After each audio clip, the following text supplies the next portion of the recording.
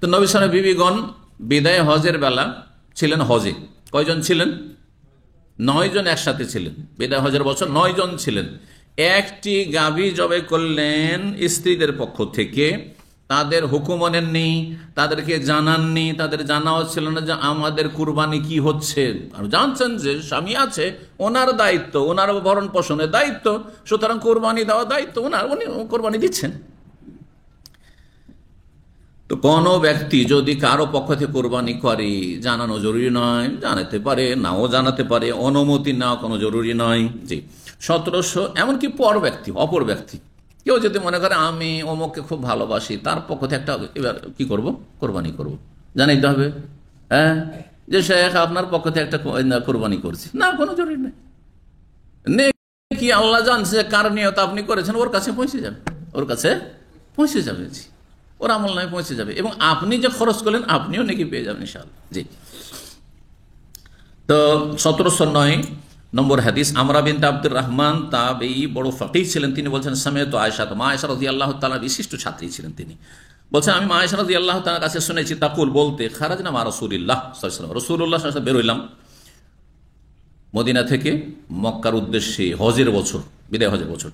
লিখামসিন বাকিনা মিন যিলকাদা, যখন 5 দিন অবশিষ্ট ছিল জিলকাদা মাসের। আজকে জিলকাদা মাসের কয় তারিখ বললাম?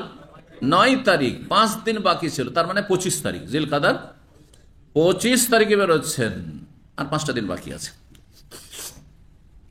লা নুরা ইল্লাল হজ, আমাদের উদ্দেশ্য হজ ছাড়া আর কিছু ছিল না।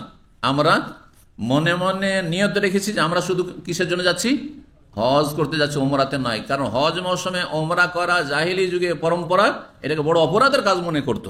আর শরীয়তে এমন কোনো বৈধতার বিধানও আসেনি। তাহলে যেটা মগজে ঢুকে আছে আগে থেকে, যে বাপদাদা আমল থেকে যে তরিকা, সেটাই না করবেন। সুতরাং হজ মৌসুমে ওমরা করা যাবে না। যখন যাবে না তো আমরা কি জন্য যাচ্ছি? শুধু হজ করার জন্য প্রথম। কিন্তু মক্কা পৌঁছার পরে আল্লাহর পক্ষ থেকে ওহী আসলো। কি ওহী আসলো? যে হজ মৌসুমে ওমরা করতে কোনো দোষ নেই। জাহেলি যুগের লোকেরা যেটা খুব অন্যায় কাজ মনে করতো, সেটা তাদের কুসংস্কার, ভ্রান্ত ধারণা, সেটা তাদের মন গড়া ধর্ম, তোমাদের বাপদাদাদের। সুতরাং সেটাকে ডিলিট করো, রহিত করো, হ্যাঁ, মগজ থেকে। আর তোমাদের মধ্যে এখন যাদের কাছে কোরবানির পশু নেই, তারা নিয়ত পরিবর্তন করে নাও হজ থেকে ওমরাই, আর হালাল হয়ে যাও, যেহেতু হালাল হতে বাধা নেই। আর 8 তারিখ পর্যন্ত হালাল হয়ে থাকো। 4 জিলহজ পৌঁছেছে, 5 আর 4 9 দিন লেগেছে। আর তারপরে হালাল হয়ে থেকে 8 তারিখে তখন হজের এহরাম বাঁধবে। আর যার কাছে কুরবানির পশু আছে রাসূলুল্লাহ সাল্লাল্লাহু আলাইহি ওয়াসাল্লামের মতো, যারা কুরবানির সাথে করে নিয়ে এসছে, তারা হালাল হইতে পারবে না। তারা এহরাম অবস্থায় থাকে, তারা হজে কিরান করুক। তারা হজের যে নিয়ত ছিল তার সাথে ওমরাটাকে কি করে নিক, অ্যাড করে নিক। তাহলে এমন কোন ব্যক্তিকে নবী সাল্লাল্লাহু আলাইহি ওয়াসাল্লাম ছেড়ে দেননি যে তুমি হজে ইফরাদ করো ওই বছরে। এটা বোঝা যাচ্ছে স্পষ্ট। হয় হজে তামাত্তু, আর না হলে হজে কিরান। কারণ হজে ইফরাদ 3 নম্বর। আপনাকে আল্লাহ সুযোগ দিয়েছেন একটা ওমরার নেকি করার, কেন আপনি নেকির ক্ষেত্রে এত অভক্তি, অনীহা? ঠিক ওই রকমই যেমন সুস্থ ব্যক্তি খোঁড়ার মতো সুস্থ থাকা সত্ত্বেও বসে বসে নফল পড়া আছে না দেশীয় তরিকে। এসা পরে মসজিদেই ফরজ পড়লো তখনও সুস্থ, আর বেতর পর্যন্ত সুস্থ, আর যেমনই নফল পড়া শুরু করলো তখন খোঁড়া হয়ে গেল, হ্যাঁ, রুগী হয়ে গেল। সুস্থ ব্যক্তি যদি বসে নামাজ পড়ে তো কত নেকি পাবে? অর্ধেক নেকি পাবে। 2 পড়ে 1 পেলেন তো কত? তাহলে নেকির উপর অনীহা। এত নেকির দরকার নেই, আমি 2 পড়বো, 1-এর নেকি দেবো, তাই না? কত ভালো মানুষ, কত ভালো কাজ করছেন আপনি, সবের কাজ করলেন আপনি। আরে নবী সাল্লাল্লাহু আলাইহি ওয়াসাল্লাম বসে বসে পড়েছেন কখন? কুমিল লাইলা ইল্লা কালিলা, অল্প সময় ঘুমাও আর বাকি সারা রাত তাহাজ্জুদ পড়ো। 3, 4, 5, 6, 7 ঘন্টা তাহাজ্জুদ। হ্যাঁ, 3 কোয়ালিটির তাহাজ্জুদ, 1/3 অংশ, 2/3 অংশ, আর না হলে অর্ধেক। এত লম্বা তাহাজ্জুদ পড়ার পরই তখন একটু বিশ্রামের প্রয়োজন রয়েছে। সুতরাং বেতরটা পড়ার পরে বসে বসে পড়েছেন। তা আপনিও যদি অন্তত 1 ঘন্টার তাহাজ্জুদ পড়েন, আর তারপরে মনে নবী সাল্লাল্লাহু তাহাজ্জুদের পরে আর বেতরের পরে বসে বসে 2 রাকাত নফল পড়েছেন, আমিও পড়বো, তাহলে সুন্নাত। কিন্তু আপনি মসজিদে বসে বসে আপনি খোঁড়ার মতো পড়ে, এটি সুন্নাত নয়, এটি সুন্নাত নয়। জি, তো বলছেন ফালামা দানান মিন মক্কা, যখন আমরা মক্কার কাছাকাছি হইলাম, আমার রাসূলুল্লাহ সাল্লাল্লাহু আলাইহি ওয়াসাল্লাম, রাসূলুল্লাহ সাল্লাল্লাহু আলাইহি ওয়াসাল্লামের কাছে ওহী চলে এসেছে। তখন যে কথাটি বলছিলাম, নির্দেশ দিলেন মাল্লাম ইয়াকুন মাহাদিয়ন, যার কাছে কুরবানির পশু নেই, ইজা তাফা, যখন বাইতুল্লাহ তাওয়াফ হয়ে যাবে, ওয়াসাবাইনা সাফা ওয়াল মারওয়া, সাফা মারওয়া সাই হয়ে যাবে, আইয়াহিল্লা, হালাল হয়ে যাক, চুল কেটে ছোট করে হালাল হয়ে যাক।